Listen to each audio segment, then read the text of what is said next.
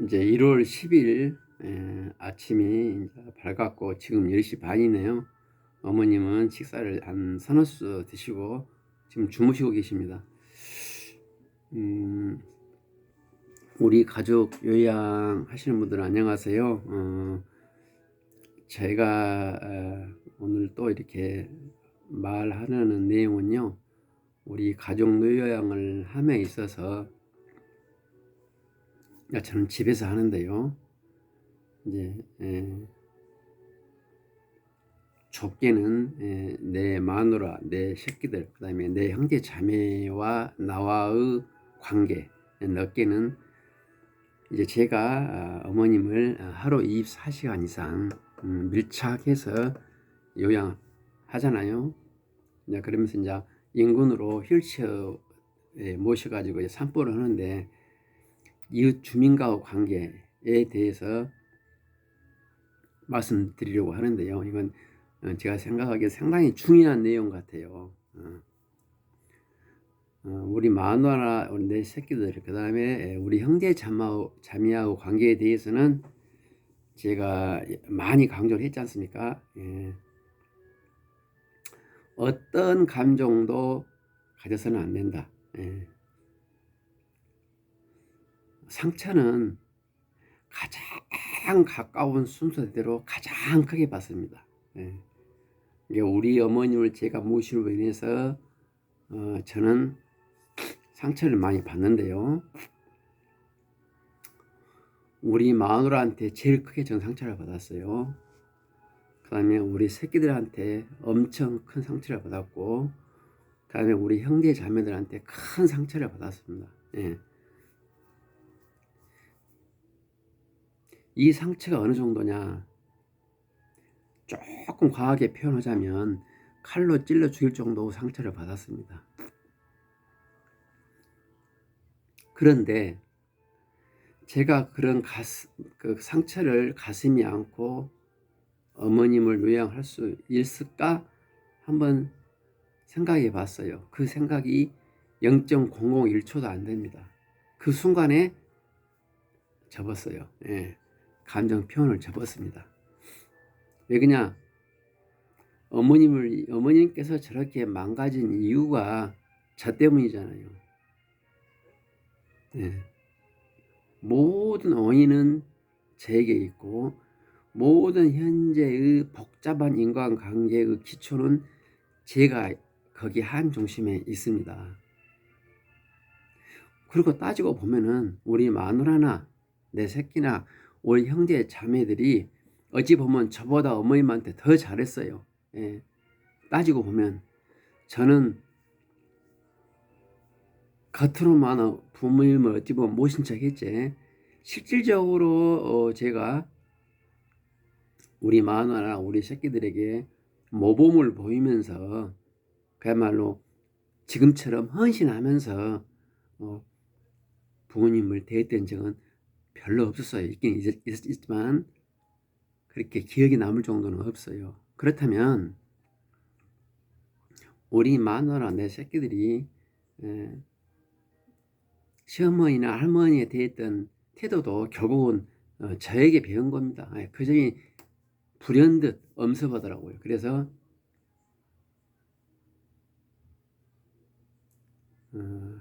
죄인은 나로구나 하면서 감정 표현을 자제했고, 지금은 깔끔히 정리가 됐고요. 우리 형제 자매에게도 마찬가지입니다.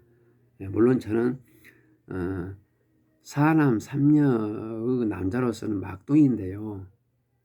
형들이 부모님에게 했던 그런 것들 생각하면 화가 치밀어 오르고, 아까 말한 바와 같이 죽여버릴 정도지만은, 그러면 나는 어쨌는가 생각해 봤을 때 나도 걔 망난이었어요. 그래서 형들의 잘못이 있지만 나 또한 만약에 내 동생이 있다면 그 동생도 나에게 똑같은 감정이 가졌을 것이다 생각하고 모든 감정을 접었습니다. 이렇게 되니까 제 마음이 편하고 온통 나의 이 에너지를 어머님한테 집중할 수가 있었어요. 이제 우리 이웃으로 이제 방향을 돌려봅시다. 제가 휠체어 이렇게 몰고 나가잖아요. 그러면 한 70이나 80 드신 분들은 어머님한테 깍듯이 인사를 합니다. 그리고 피우던 담배를 끄거나 혹은 이렇게 감추거나 혹은 어머님한테 담배 냄새가 안 가도록 조치를 해요. 그런데 이렇게 60 이하, 특히나 40 이하의 그런 사람들은 그런 개념이 없어요. 저도 화가 나죠. 근데 그것이 우리 이웃이란 말입니다. 하나 예를 들자면 그래요. 그리고 이게 휠체어를 몰고 가는데 길도 잘 비켜주지 않는다든가 혹은 인사를 안 한다든가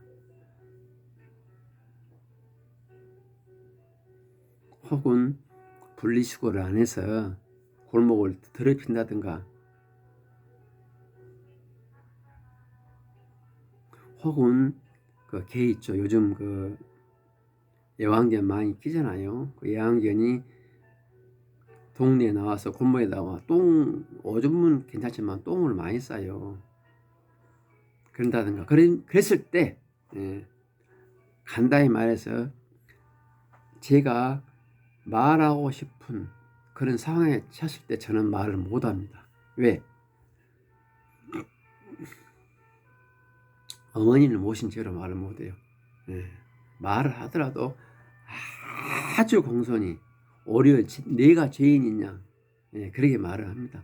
뜻은 전달해야 할 상황이 불가피하게 있을 수 있지 않습니까? 그래서 지금 제가 어머님을 내가 모시지 않았다면 제가 그 사람들한테 말을 했을 거예요. 개똥 못 누게 하세요. 가래점 뱉지 마세요. 담배 꽁초 길거리에 버리지 마세요. 골목에다 버리지 마세요. 뭐 여러 가지 말이 있었겠죠. 그러나 제가 어머님을 모시는 채로 아무 말을 못했어요. 불가피하게 말한 경우에도 아주 조심스럽게 그렇게 해가지고 이렇게 4년째 이제 넘어가고 있는데요. 그러다 보니까 제가 이 동네 사람들에게 제가 에너지를 소모할 일이 없더라고요.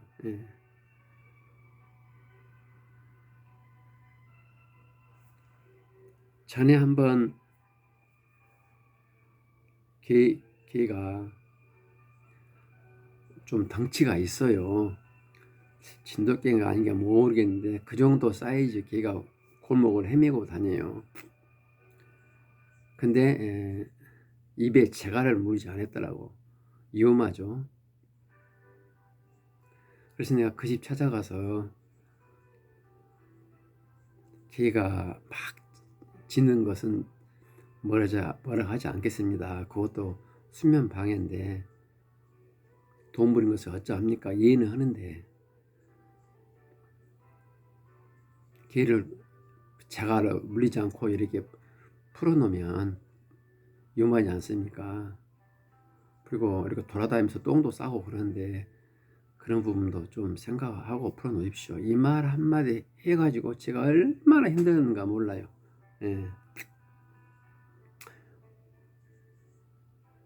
저는 당연히 헐소리를 했다고 생각합니다만은 제가 휠체어를 몰고 어머니 몰고 다니면서 그 사람 눈을 봤을 때 그 사람이 나를 바라보는 눈이 그렇게 평화롭지 않다고 생각했으니까 저도 평화롭지 않더라 이겁니다.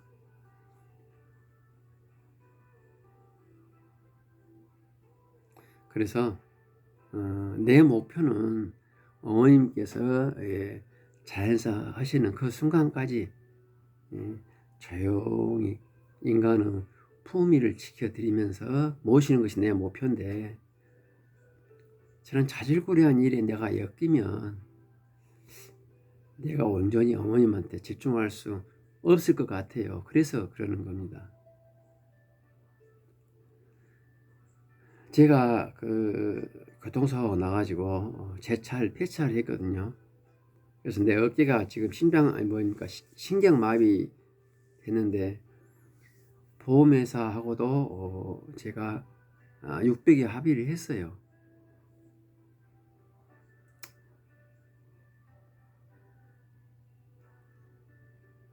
재판을 걸면 뭐 1000만 원 이상 받을 거라고 확신이 됩니다만은 그 법원 왔다 갔다 하고 어쩌고저쩌고 하면은 득보다 실이 클 것 같아서 600에 합의를 했습니다. 최종적으로 1차 1차 200, 2차 400 해가지고 4년 만에 후유증이 나오는 거예요. 그래서 합의를 했는데 하여튼간 어떤 목표가 있는 사람은 그 목표에 가는 길에 걸림돌이 있으면 그것을 우회전, 좌회전을 하거나 넘어가거나 그래야지 그걸 차고 가면은 조금 목표감에 있어서 문제가 되지 않냐 이런 생각이 듭니다. 그런데 이제 여기서 문제점은 그러게 했을 때 자기 감정 통제를 할 수 있냐 없냐 이게 문제고 심지어는 그 모습이 제3자가 봤을 때는 비겁하게 보이고 또 용기가 없는 사람으로 보이고 좀 극단적으로 표현하자면 병신같이 비춰질 수도 있어요. 그러나 병신이 되더라도 목표가 있는 사람은 묵묵하게 그 수치를 모욕을 안고 가는 것이 옳지 않겠냐 그런 생각이 들어서 저는 이 마을 주민들하고는 어찌됐든 간에 잡음이 없어야 된다 그런 생각을 합니다. 우리 인근에 어떤 분이 집을 허물고 신축을 하려고 했는데 주택 경기가 안 좋으니까 지금 신축을 않고 3년째 방치되어 있단 말입니다. 그럼 제가 거기에다가 한 40평 되는데요. 텃밭을 운영하고 있어요. 근데 그 텃밭에다가 꼭 쓰레기를 버려요. 분리수거 안 된 쓰레기를 버려요. 동네에서 제가 거기를 텃밭으로 재배하는지 압니다. 근데 쓰레기를 버려요. 그걸 제가 범인을 찾아서 악을 쓰면서 왜 이러시냐고 따져야 옳겠습니까? 아니면은 내가 쓰레기를 주워서 그냥 조용히 주워서 한 곳에 모아둔 것이 낫겠습니까? 생각해 보세요.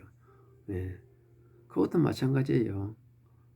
동네에서 그렇게 잡음 일으키면서 어머님을 모시고 싶지는 않아요. 그래서 조용히 나는 누가 쓰레기 버리면 주워다가 그 밭두렁에다가 한 곳에 놔둡니다. 그렇게. 아까 지금 이재명 그 대표가 오늘 그 퇴원을 한 것 같죠 아마 서울대 병원에서. 근데 그 여러 그 유튜버들이 이렇게 지금 현장을 찍고 있지 않습니까? 그런데 뭐 무슨 유튜버예요. 아마 이재명 제자가죠. 근데 그분이 이렇게 이제 이재명 대표님 나오시는 병원 출구를 향해서 아마 카메라를 세팅해 놓은 것 같아요. 근데 그 옆에 CBS 기자가 끼어드니까 그 CBS 기자한테 막 호통을 치더라고. 그래서 CBS 기자가 저 CBS 기자요 그러니까 CBS 기자고 뭐고 왜 앞에 끼어드냐고 이렇게 큰 소리를 치더라고요. 제가 그 현장을 보고 저도 이재명 지지자로서 가슴이 철렁 내려앉더라고.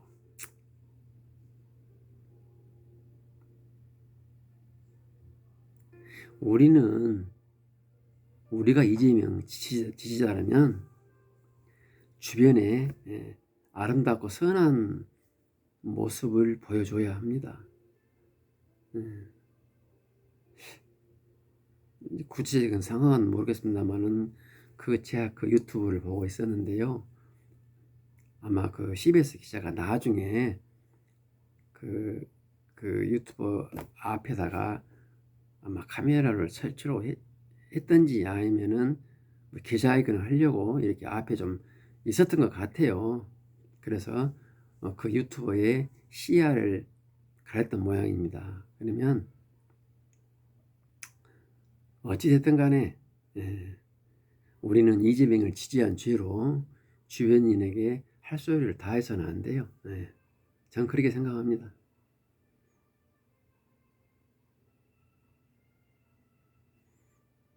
조금 가슴이 아프더라고요. 아까 그 모습을 보고.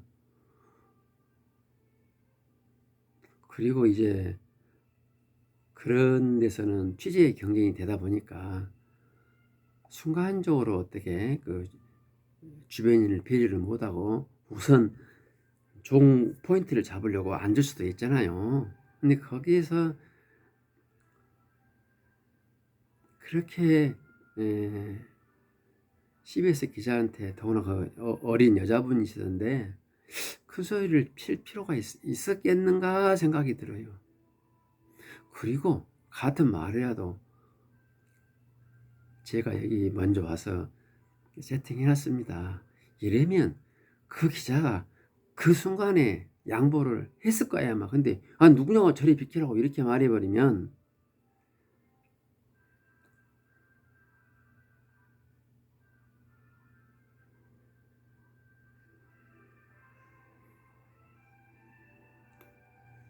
표 떨어뜨리는 행위죠. 표 떨어뜨리는 행위입니다. 그게 저는 그렇게 봐요. 우리가 그 어떤 일을 함에 있어서 항상 절차와 내용 이 두 개를 같이 끌고 가야 되거든요. 근데 내용 못지않게 절차도 중요합니다. 과정이 굉장히 중요해요. 과정이.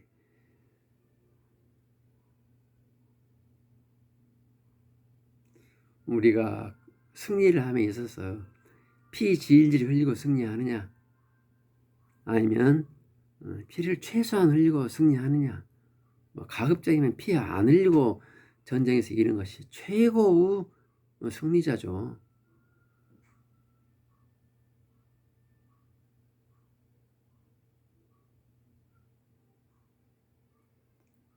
우리가 정말이지 피 안 흘리고 어떤 목적을 도달할 수 있다면 그게 최고의 책사 아니겠습니까?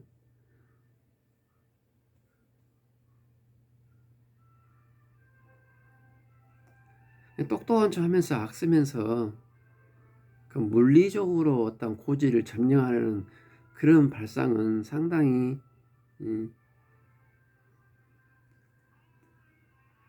고대 봉건 시대 이전의 그런 책사죠. 네. 좀 정말 가슴이 아팠어요. 지금 이처럼 우리나라가 힘들고 그 검찰 쓰레기 지배하에 우리가요 그 일제시대 때는 일제의 지배가 있었어요. 그 다음에 이승만 때는 이승만 독재죠. 군부 때는 군부 독재였어요. 근데 이때 이승만 일제 시대나 이승만 시대나 박정희나 전두환 군부 때 2인자가 있어요. 2인자가 바로 누구냐면 검사 판사입니다. 걔들은 철저히 권력의 똥개 노릇을 했어요. 그래가지고 하나이가 청산되면서 군부가 사라지니까 이제 이것들이 그 꼬라지 그대로 답습해가지고 지금 설치고 있는 거 아니겠습니까?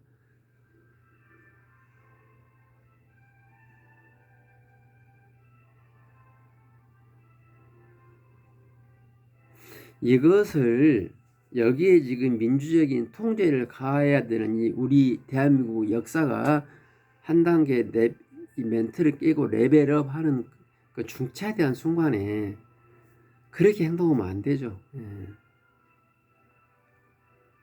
지금 현재 우리나라가 정치 발전에 있어서 어느 좌표에 있는가, 이 좌표 인식이 좀 부족했던 것 같아요. 제가 보기에.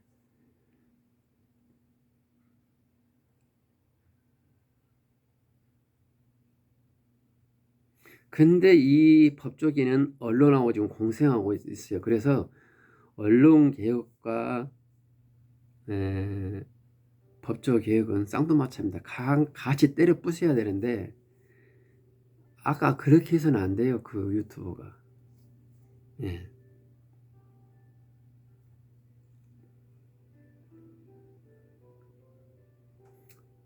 군부 독재가 3, 40년 갔나요? 아마 검찰이나 언론 독재도 단기간에 되지는 않을 것 같아요. 예. 수많은 사람이 죽어나갈 겁니다. 군부 독재처럼. 아마 우리가 언론 독재에서는, 검찰 독재, 법조 독재에서는 언론 독재, 법조 독재에 죽어나간 사람이 보도에 안 나와요. 통계도 잡히지 않습니다. 군부 독재가 끝나고 나서 많은 재심이 이루어졌고 국민의 세금으로 몇십억, 몇백억씩 지금 보상이 이루어지지 않잖아요. 그 민주 인사들이 그 사법 사형을 당해가지고 법의 이름으로 잔인하게 일 가족이 그 멸륜 제한을 당한 그런 피해에 대해서 보상이 이루어지는데 지금 30년 걸렸잖아요. 보상해주면 뭐합니까? 그렇게 사람을 죽여놓고 또 그 자식들은 성장 과정이 오죽에 있겠습니까? 바와 같이 법조 독재나 검찰 독재에 이런 피해는 이것도 가히 천문학적일 겁니다. 우리는 한번 군사 독재 경험을 했잖아요. 그래서 빨리 이걸 뚫고 나와야 되는데 그러기 위해서는 유튜브 하시는 분들이 빨리 자기 좌표를 인식해가지고 경건망동해서는 안 돼요. 그렇게 저는 그렇게 생각합니다. 동일한 이유로 저는 제가 어머니를 모셔야 하는 그런 절대적인 위치에 있기 때문에 모든 주변인들에 대해서 저는 고개를 숙입니다. 설령 내가 아무리 잘했더라도 그런가요? 다시 한번 생각해 보겠습니다. 이렇게 해야지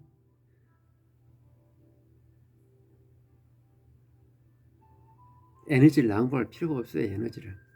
손해입니다.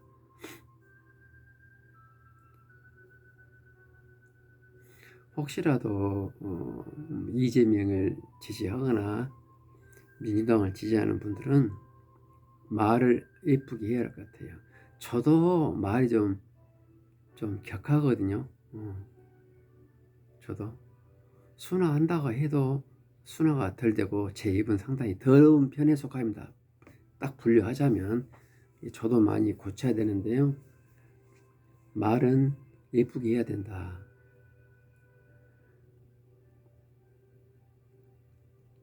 상처 없이 목표를 달성하는 것이 최고의 전략이다. 이런 생각을 해봅니다.